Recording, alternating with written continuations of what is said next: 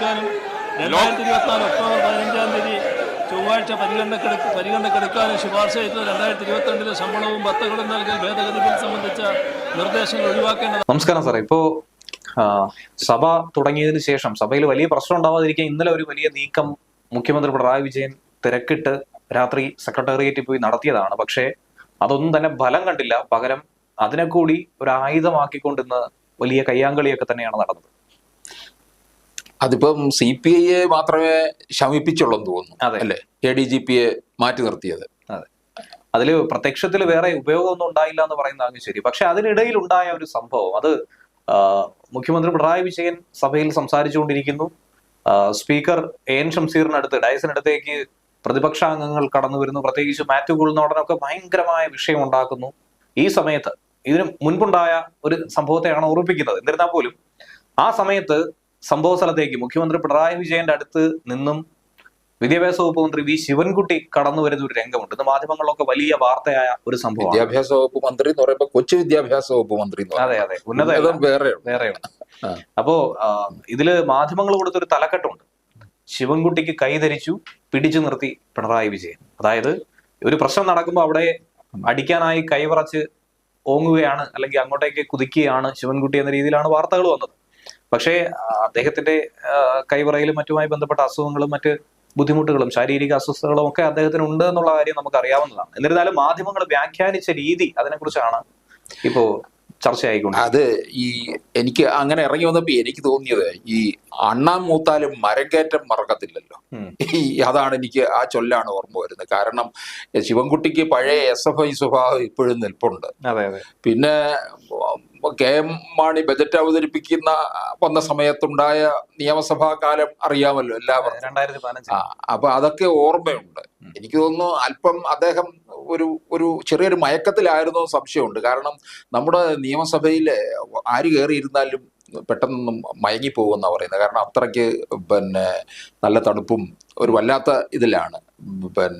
അപ്പോൾ ചെറിയ മയക്കത്തിൽ നിന്ന് ചാടി എഴുന്നേറ്റപ്പോൾ ഇതാണ് കണ്ടത്. അപ്പൊ അങ്ങ് പഴയ സ്വഭാവം കാണിച്ച് ഇറങ്ങി. അപ്പൊ ഈ കൈവിറയിലൊക്കെ അദ്ദേഹത്തിന്റെ ആരോഗ്യ പ്രശ്നമാണ്. ഒരുപാട് പ്രായമായി. പക്ഷെ അതില് ശ്രദ്ധേയമായ കാര്യം, മുഖ്യമന്ത്രി സംസാരിച്ചുകൊണ്ടിരിക്കുകയാണ്, ഭയങ്കരമായ ബഹളം നടക്കുന്നു. നമ്മൾ ആദ്യമേ തന്നെ ആ ഒരു ക്ലിപ്പ് കണ്ടതാണ്. ഭയങ്കരമായ പ്രതിപക്ഷത്തിന്റെ ബഹളം നടക്കുന്നു, വലിയ തോതിൽ പ്രതിഷേധവുമായി അവർ മുന്നോട്ട് വരുന്നു. മുഖ്യമന്ത്രി ഇതൊന്നും തന്നെ ശ്രദ്ധിക്കാതെ തന്റെ ജോലി മാത്രം ചെയ്തുകൊണ്ടിരിക്കുന്നത്. അപ്പോഴും പേപ്പർ നോക്കി വായിച്ചുകൊണ്ടിരിക്കുന്ന സമയത്ത് പോലും ശിവൻകുട്ടി കൈവിട്ട് പോണു എന്ന് കണ്ടപ്പോ പെട്ടെന്ന് കയറി പിടിക്കാനും, ആ ഒരു സമയത്ത് തന്നെ ശിവൻകുട്ടിക്ക് കാര്യം മനസ്സിലായി അദ്ദേഹം തിരിച്ചു പോകുന്ന ഒരു കാഴ്ചയാണ് ഇതിലൂടെ കാണാൻ സാധിച്ചത്. പഴയ കേസ് ഒന്ന് എങ്ങനെയെങ്കിലും ഒന്ന് ഒതുക്കി വരികയാണ്. അതിനിടയ്ക്ക് വീണ്ടും ഇതിനകത്ത് ചെന്ന് ചാടി അടി കൂടുകയൊക്കെ ചെയ്തു കഴിഞ്ഞാൽ പിന്നെ പ്രശ്നമല്ലേ. അതൊരു പക്ഷേ മുഖ്യമന്ത്രിക്ക് തന്നെ തോന്നി കാണും, താൻ തന്നെ ഏറ്റവും വലിയ പടുകുഴിയിലേക്ക് പൊയ്ക്കൊണ്ടിരിക്കുകയാണ്. അപ്പൊ കൂടെയുള്ള മന്ത്രിമാര് കൂടി ചെന്ന് ചാടിക്കഴിഞ്ഞാൽ തിരിച്ച് കയറാൻ പറ്റാത്ത രീതിയിൽ നിലയില്ലാ കയത്തിലേക്ക് താന്നു പോകുന്നുള്ള ഭയം തന്നെ ആയിരിക്കും. സഭ ഇന്ന് വളരെ പ്രക്ഷുബ്ധമായിരുന്നു കേട്ടോ. ഈ സഭയില് പ്രതിപക്ഷ ബഹുമാനം ശരിക്കും പറഞ്ഞാൽ മുഖ്യമന്ത്രി ഇന്ന് കാണിച്ചില്ല കേട്ടോ. പ്രതിപക്ഷ ബഹുമാനം വേണം, പ്രതിപക്ഷം പറയുന്നത് കേൾക്കാൻ തയ്യാറാകണം. പാർലമെന്റിലൊക്കെ അങ്ങനെ ആയിരുന്നു കേട്ടോ. ജവഹർലാൽ നെഹ്റു ഒക്കെ ഈ AKGയുടെ പ്രസംഗം കേൾക്കാനായിട്ട് ആ സമയത്ത് മറ്റെന്ത് കാര്യങ്ങളെല്ലാം മാറ്റിവെച്ചിട്ട് നെഹ്റു സഭയിൽ ഇരിക്കുമെന്നാണ് പറഞ്ഞു കേട്ടിട്ടുള്ളത്. അതുപോലെ നമ്മുടെ NK പ്രേമചന്ദ്രന്റെ പ്രസംഗം കേൾക്കാനായിട്ട് നരേന്ദ്രമോദി കാതോർത്തിരിക്കുമെന്നാണ് പറയാറുള്ളത്. അപ്പൊ അതുപോലെ ഇവരുടെ പ്രസംഗം കേൾക്കണം. അവർ പറയാനുള്ളത് അവർക്ക് സമയം കൊടുക്കണം, അവർക്ക് അനുവദിച്ചിരിക്കുന്ന സമയം കൊടുക്കണം. പിന്നെ അൺപാർലമെന്ററി ആയിട്ടുള്ള കാര്യങ്ങളിലേക്ക് പോകുമ്പോൾ അത് സ്പീക്കർ ഇടപെടുക എന്നുള്ളതാണ്. അപ്പൊ ഇവിടെയൊക്കെ അങ്ങോട്ടും ഇങ്ങോട്ടും, അവിടെ വി ജോയി MLA വർക്കല, അദ്ദേഹമൊക്കെ ആക്രോശിച്ചുകൊണ്ടാണ് സംസാരിക്കുന്നത്. എന്തോ ബദ്ധ വൈരികളെ പോലെയാണ്. ഭരണം കയ്യിലുണ്ട് എന്ന് വിചാരിച്ച് എന്ത് ഹുങ്കുമാകാവുന്നതാണ്. പ്രതിപക്ഷം എന്ന് പറഞ്ഞാൽ ഭരണകക്ഷിയേക്കാൾ പ്രധാനമാണ് സഭയിൽ പ്രതിപക്ഷത്തിനുള്ളത്. അതിപ്പോ 40 ആയാലോ അല്ലെങ്കിൽ 4 പേരായാൽ പോലും അത് വളരെ പ്രധാനപ്പെട്ടതാണ്. ഷംസീർ ചോദിച്ചു കേട്ടില്ലേ, എന്താണ് നിങ്ങളുടെ പ്രതിപക്ഷ നേതാവ് കുഴൽനാടനാണ്, അത് പാടില്ല. എന്താ കുഴൽനാടനെ സംസാരിച്ചുകൂടെ? അല്ലെങ്കിൽ VD സതീശനെ സംസാരിക്കാവുന്നുണ്ടോ? അല്ല, കുഴൽനാടനെ ഭയക്കുന്ന പല കാര്യങ്ങളും ഉണ്ട്. നേരത്തെ മകളുടെ പേരിലുള്ള വിഷയങ്ങളായിക്കോട്ടെ, മുഖ്യമന്ത്രിക്കെതിരെയുള്ള ആരോപണങ്ങൾ, സ്പ്രിംഗ്ലർ വിവാദം എല്ലാം ഉയർത്തിയത് കുഴൽനാടനാണ്. അത് മാത്രമല്ല, അദ്ദേഹം ഒരു അഭിഭാഷകനായതുകൊണ്ട് തന്നെ കൃത്യമായിട്ടുള്ള പോയിന്റ്സ് നിരത്തി ഏവരെയും വെള്ളം കുടിപ്പിക്കുന്ന രീതിയിൽ, പ്രത്യേകിച്ചും ഭരണപക്ഷ MLA-മാരെ വെള്ളം കുടിപ്പിക്കുന്നത് നമ്മൾ ഇതിനു മുമ്പ് കണ്ടിട്ടുണ്ട്. അതുകൊണ്ടായിരിക്കും അവർ പക്ഷേ ഭയക്കുന്നത്. അത് മാത്രമല്ല, സാറ് പറഞ്ഞ പോലെ പ്രതിപക്ഷ ബഹുമാനം, അതിൽ മറ്റൊരു വിഷയമുണ്ട്. ഈ പറയുന്ന കാര്യങ്ങളൊന്നും അവർ വ്യക്തിപരമായി എടുക്കുന്നു എന്നാണ് എനിക്ക് തോന്നുന്നത്. ഇപ്പൊ മുഖ്യമന്ത്രിക്കെതിരെ ഒരു ആരോപണം ഉന്നയിക്കുന്നു, അല്ലെങ്കിൽ സംസ്ഥാനത്ത് ഇതുപോലുള്ള കാര്യങ്ങൾ നടക്കുന്നില്ല, ക്രമസമാധാന ചുമതലയുള്ള ADGP-യെ മാറ്റണം, അല്ലെങ്കിൽ ഈ കാര്യത്തിൽ ഒരു അന്വേഷണം നടത്തണം, ഇങ്ങനെ പറയുമ്പോൾ അത് മുഖ്യമന്ത്രിക്കെതിരെയുള്ള ഒരു വിഷയമാണ്, വ്യക്തിപരമായ കാര്യമാണെന്ന രീതിയിൽ നോക്കി കാണുന്നോണ്ടായിരിക്കണം ഈ ഒരു അസഹിഷ്ണുത ഒരു പക്ഷേ അവരുടെ മുഖത്തൊക്കെ തന്നെ ഉണ്ടാകുന്നത്. ഇതിനെ ഈ പറഞ്ഞതുപോലെ കടിച്ചു കീറുന്ന രീതിയിലുള്ള മറുപടി പറയാൻ തയ്യാറാകുന്നതിനുള്ള കാരണം അത് തന്നെയായിരിക്കാം. എനിക്ക് തോന്നിയ ഒരു വസ്തുത എന്ന് പറയുമ്പോൾ, ഭരിക്കുന്ന സമയത്ത് ഭരണകക്ഷി MLA ആയിരിക്കുമ്പോഴായിരുന്നാലും മന്ത്രിമാരായിരിക്കുമ്പോഴും പ്രതിപക്ഷം പറയുന്നത് കേൾക്കുക. കാര്യം അവർക്ക് ജനങ്ങളുടെ ശബ്ദമായിരിക്കും. ഈ പറയുന്ന MLA-മാരെല്ലാം സാമാജികരൊക്കെ തന്നെ ജനങ്ങൾക്ക് വേണ്ടി ഓരോ മണ്ഡലത്തെ പ്രതിനിധീകരിച്ച് വന്നിരിക്കുന്ന ആൾക്കാരാണ്. അപ്പോൾ ജനങ്ങളുടെ വിഷയങ്ങളാണ്, അല്ലെങ്കിൽ അവരുടെ മണ്ഡലങ്ങളിലുള്ള വിഷയങ്ങളാണ് അവർ ഉയർത്തുന്നത്. ഒപ്പം പൊതു വിഷയങ്ങളും ചൂണ്ടിക്കാട്ടാറുണ്ട്. അപ്പോൾ അതിനോട് മുഖം തിരിക്കുകയും അതിന് സംസാരിക്കാനുള്ള അവസരം നൽകാതിരിക്കുക, അതിനോട് വലിയ തോതിൽ അടിച്ചമർത്തുന്ന നടപടികൾ കാണിക്കുക, അങ്ങനെയൊക്കെ ചെയ്തു കഴിഞ്ഞാൽ എങ്ങനെയാണ് ഒരു നാട് നന്നായി മുന്നോട്ട് പോകുന്നത്? ഈ ഷംസീറിന് ഒരിക്കലും ചോദിക്കേണ്ട കാര്യമില്ല, കുഴൽനാടനാണോ പ്രതിപക്ഷ നേതാവ്, ചെന്നിത്തലയാണോ, VD സതീശനാണോ, അതറിയേണ്ട കാര്യമില്ല. പ്രതിപക്ഷത്തുള്ള ഒരു അംഗമാണ് കുഴൽനാടൻ. അപ്പോൾ അത് കുഴൽനാടന് പറയാൻ പാടില്ല, അല്ലെങ്കിൽ മറ്റേ ചെന്നിത്തലയെ പറയാൻ പാടുള്ളൂ, സതീശനെ പറയാൻ പാടുള്ളൂ എന്നൊന്നുമില്ല. അത് പ്രതിപക്ഷത്തുള്ള ആർക്കും അത് പറയാൻ കഴിയും എന്നുള്ളതാണ്. അവിടെ ചോദ്യം ചെയ്യേണ്ട ആവശ്യമില്ല എന്നുള്ളതാണ്. ഇന്നൊരു തരത്തിൽ മുഖ്യമന്ത്രി പിണറായി വിജയനെ സ്പീക്കർ ഇടപെട്ട് രക്ഷിച്ചു, ഒരു രാഷ്ട്രീയ കളി അവിടെ നടത്തിയെന്നാണ് കെ സുധാകരൻ അടക്കം ആരോപിക്കുന്നത്. UDF ശക്തമായി തന്നെ അതിനെ പറയുന്നുണ്ട്. പക്ഷെ കുറച്ചുകൂടി വിവേകപൂർവ്വം UDF ഈ കാര്യങ്ങൾ കൈകാര്യം ചെയ്യണമെന്ന ഒരു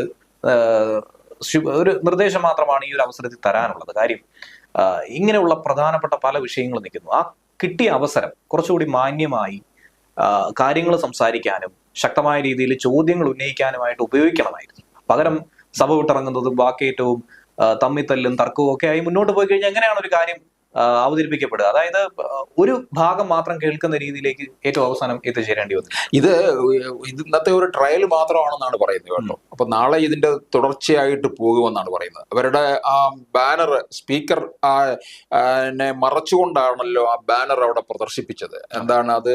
RSS അജണ്ട ബന്ധമാണ് അതിനകത്ത്, അജണ്ടയാണ് PV-യുടെ സ്ക്രിപ്റ്റ് എന്ന് പറഞ്ഞുകൊണ്ടാണ്. അപ്പൊ അതിനെ വെച്ചുകൊണ്ടായിരിക്കും ഇവർ ഇനി മുമ്പോട്ട് പോകാൻ പോകുന്നത്. അപ്പം ഈ അൻവർ ഇതെല്ലാം കാണുന്നുണ്ടായിരിക്കും അവിടെ മാറിയിരുന്ന്, അല്ലേ? അൻവർ ഇതെല്ലാം കണ്ട ഒരു ഭാഗത്ത് ചിരിക്കുന്നു.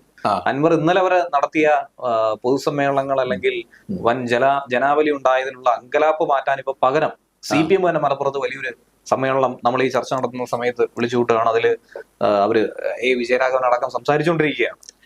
എങ്ങനെയും ഈ പറഞ്ഞ കാര്യങ്ങളെ പ്രതിരോധിക്കാനുള്ള ക്യാപ്സ്യൂളുകളായിരിക്കും പ്രധാനമായിട്ടും അവിടെ ഉയർന്നു കേൾക്കാൻ സാധ്യതയുണ്ട്. അത് CPM-ന് എന്തിനും വിശദീകരണം ഉണ്ടല്ലോ. അത് അവർ വിശദീകരിച്ചിട്ട് ആൾക്കാരെ കുഴപ്പിക്കുമെന്നുള്ളതാണ് അവരുടെ വിചാരം. അവര് പറഞ്ഞല്ലോ, ഈ അവിടെ മലപ്പുറത്ത് കൂടിയ ആൾക്കൂട്ടം ഒന്നും കണ്ടൊന്നും CPM ഭയപ്പെടുന്നില്ല, അല്ലാതെ കൂടിയതാണെന്ന്. ഇതിപ്പോ ഇന്ന് കൊണ്ടുവന്ന ആൾക്കൂട്ടം എന്ന് പറയുന്നത് ഒരുപക്ഷെ അവര് മറ്റ് ജില്ലകളിൽ നിന്നൊക്കെ ആയിരിക്കും അവർ കൊണ്ടുവന്നിട്ടുള്ളത്, ഇറക്കുമതി ചെയ്ത്. അല്ലാതെ നിലമ്പൂരിൽ നിന്നല്ല. നിലമ്പൂരില് അവിടെ ഇദ്ദേഹത്തിന്റെ അൻവറിന്റെ പ്രസംഗം കേൾക്കാനായിട്ട് അവർ നോട്ടീസ് അടിച്ച് വിതരണവും നടത്തിയിട്ടില്ല.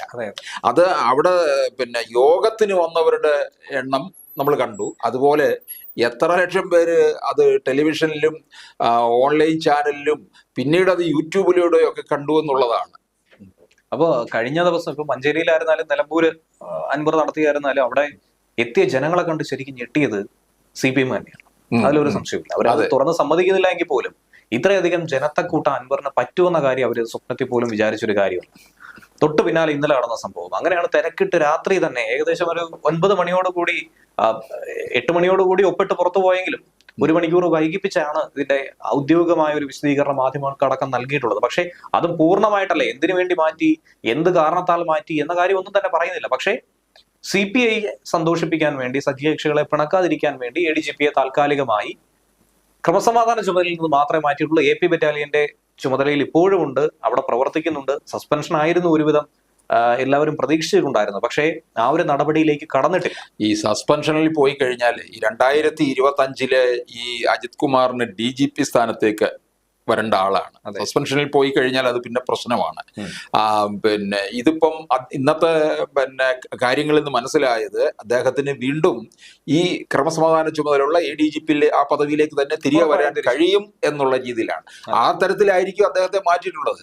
ഇത് CPIയെ ഒന്ന് സമാധാനിപ്പിക്കുക എന്ന് മാത്രമേ ഉള്ളൂ. പക്ഷേ അവിടെ ഇപ്പോൾ സംഭവിച്ചിരിക്കുന്ന വലിയൊരു പ്രധാനപ്പെട്ട ട്വിസ്റ്റ് എന്ന് പറയാൻ, ഇതുവരെ കാര്യങ്ങളൊക്കെ TV യിലിരുന്ന് കണ്ട ഗവർണർ വീണ്ടും കളത്തിലിറങ്ങി എന്നുള്ളതാണ്. ഒരു ഇടവേളയ്ക്ക് ശേഷം സർക്കാരിനെതിരെ പോര് കുറിച്ചുകൊണ്ട് ഗവർണർ ഇപ്പോൾ അടിയന്തരമായി നാളെ തന്നെ വന്ന് കാണണമെന്നാണ് DGPയോടും അതുപോലെ തന്നെ ചീഫ് സെക്രട്ടറിയോടും ആവശ്യപ്പെട്ടിരിക്കുന്നത്. അത് ഇതിനായിരിക്കുമല്ലോ ഈ വിഷയവുമായി ബന്ധപ്പെട്ട് മലപ്പുറം പരാമർശം, അതും മുഖ്യമന്ത്രിയുടെ പരാമർശം, അതുമായി ബന്ധപ്പെട്ടുള്ള വിശദീകരണം തന്നെ ആയിരിക്കും. ദേശവിരുദ്ധമായിട്ടുള്ള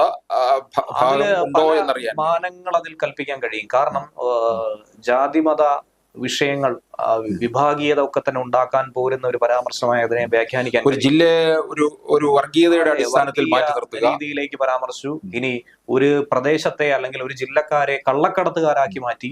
ഇങ്ങനെയൊക്കെയുള്ള പല മാനങ്ങൾ ഒരുപക്ഷെ പ്രതിപക്ഷം ഉയർത്തിക്കൊണ്ട് വലിയ ഗുരുതരമായ കുറ്റം തന്നെയാണ്. മുഖ്യമന്ത്രി പദത്തിൽ നിന്ന് തന്നെ ഇറങ്ങിപ്പോകാൻ പിന്നെ ഇടയാക്കുന്ന തരത്തിലുള്ള ഒന്നാണ്, ഒരു പ്രയോഗമാണ് അത്. പണ്ടത്തെ നമ്മുടെ ഗണേഷ് കുമാറിന്റെ അച്ഛൻ നടത്തിയ ഒരു പരാമർശവും വളരെ വിവാദമായിട്ടുള്ള ഒരു പരാമർശമായി ഒരുപക്ഷെ ഇത് മാറാനും സാധ്യതയുണ്ട്, ഗവർണർ ഇത് കൂടുതൽ കടുപ്പിച്ചു കഴിഞ്ഞാൽ. അപ്പൊ എന്താവും, പ്രതിപക്ഷം അത് വേണ്ട തരത്തില് ഉപയോഗിക്കുന്നില്ല എന്ന് കൂടിയുണ്ട്. അതെ, അത് ഇവര് ഈ സഭയിൽ കാണിച്ച ബഹളം ഇത് ഈ സഭ കഴിയുമ്പോൾ അവസാനിക്കും. ഇവരിത് പുറത്തൊരിക്കലും വലിയ ചർച്ച ചെയ്യുകയോ വലിയ പുറം ലോകത്തൊരു പ്രക്ഷുബ്ധമാക്കാൻ ഇവർക്ക് കഴിയാതെ പോകുന്നുണ്ട് കേരളത്തിലെ പ്രതിപക്ഷത്തിന്. ഇപ്പോ സോഷ്യൽ മീഡിയയിലും അതുപോലെ തന്നെ സൈബർ ഇടത്തൊക്കെ പറയുന്ന ഒരു കാര്യമുണ്ട്, സാറ് പ്രതിപക്ഷം ആയുധമാക്കിയില്ലെന്ന് പറയുന്നു. അപ്പോൾ ഈ ഇത്രയും കാലം പ്രതിപക്ഷം കേരളത്തിൽ ഉണ്ടായിരുന്നോ എന്നാണ് ഒരു ഭാഗത്ത് ചോദിക്കുന്നത്. ഇനി പ്രതിപക്ഷത്തിന് പകരം പ്രതിപക്ഷമായി പ്രവർത്തിച്ച രണ്ടുപേരുണ്ടായിരുന്നു. ഒറ്റയാൾ പോരാട്ടമായിരുന്നു. അതൊന്ന് നമ്മൾ ഈ പറഞ്ഞ ഗവർണറായിരുന്നു. ഒരു കാലത്ത് CPM-നെ പ്രത്യേകിച്ചും സർക്കാരിനെ വലിയ തോതിൽ വിറപ്പിച്ചത് ഗവർണറായിരുന്നു. അത് നമുക്കറിയാവുന്ന ഒരു കാര്യമാണ്. അതിനുശേഷം പിന്നീടുണ്ടായ ഒരു സംഭവമാണ് ഇക്കഴിഞ്ഞ ഒരു മാസം കൊണ്ട് PV അൻവർ. ഇത്രയധികം ആരോപണങ്ങളും ഇത്രയധികം CPM-നെ അടിവേരിളക്കാൻ പറ്റുന്ന രീതിയിൽ മറ്റാരും പ്രവർത്തിച്ചിട്ടില്ല, പ്രതികരിച്ചിട്ടില്ല എന്ന് പറയുന്നതാണ് കൂടുതൽ ശരി. അത്തരം ഒരു പ്രവർത്തനമല്ലേ അവരുടെ ഭാഗത്തു നിന്ന് ഉണ്ടായിട്ടുള്ളത്. പ്രതിപക്ഷത്തെ സംബന്ധിച്ച് ഇതിൽ 4-1 പോലും അവർ ചെയ്തിട്ടില്ല എന്നാണ് പലരും വിമർശിക്കുന്നത്. ഈ കഴിഞ്ഞ ദിവസം ശോഭാ സുരേന്ദ്രന്റെ ഒരു പിന്നെ വാർത്താ സമ്മേളനം അതോ പ്രസംഗം ഉണ്ടായിരുന്നു. ഈ VD സതീശനെ എന്തിന് കൊള്ളാം എങ്ങനെ തന്നെ പറഞ്ഞിരിക്കുന്നത്. ഇത് എന്ത് പ്രതിപക്ഷ നേതാവായിട്ട് നടക്കുന്നു, അൻവർ ആണ് അത് ചെയ്തിരിക്കുന്നതെന്ന് പറഞ്ഞുകൊണ്ടാണ് പറഞ്ഞിരിക്കുന്നത്. ഇതൊക്കെ നമ്മൾ പറഞ്ഞിട്ടുള്ള കാര്യം തന്നെയാണ്. അതെ, പ്രതിപക്ഷത്തിന്റെ ദൗത്യം കൂടി അൻവർ ഏറ്റെടുക്കേണ്ട ഒരു സാഹചര്യം ഉണ്ടായിരിക്കുന്നു. ആ ഒരു രീതിയിലേക്കാണ് പ്രതിപക്ഷത്തിന്റെ ദൗത്യവും പിന്നെ കേരളത്തിലെ സാധാരണ ജനങ്ങള് ഈ പിണറായിയുടെ ഭരണത്തിന്റെ കാര്യങ്ങളും അഴിമതിയും ഒക്കെ നേരിട്ട് കാണുകയൊക്കെ ചെയ്യുകയാണ്.